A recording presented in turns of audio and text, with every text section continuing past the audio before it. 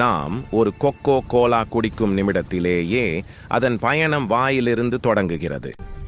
இனிப்பும் கார்போனேஷனும் நிறைந்த அந்த திரவம் தொண்டை வழியாக ஈசோஃபேகஸில் இறங்கி பெரிஸ்டால்டிக் இயக்கத்தால் வயிற்றை அடைகிறது. வயிற்றில் உள்ள அமிலங்களுடன் கலக்கும் போது கார்போனேஷன் காரணமாக அதிக வாயு உருவாகி வயிறு அதிகமாக தூண்டப்படுகிறது. பின்னர் அது சிறுகுடலுக்கு சென்று அதிலுள்ள அதிகமான சர்க்கரையும் கஃபீனும் மிக வேகமாக இரத்தத்தில் உறிஞ்சப்படுகின்றன.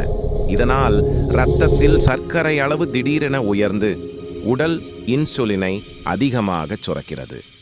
கஃபீன் மூளையை அடைந்து தற்காலிக விழிப்புணர்ச்சியையும் ஆற்றலையும் அளிக்கிறது. அதே நேரத்தில் இதய துடிப்பு மற்றும் இரத்த அழுத்தம் சிறிது அதிகரிக்கின்றன.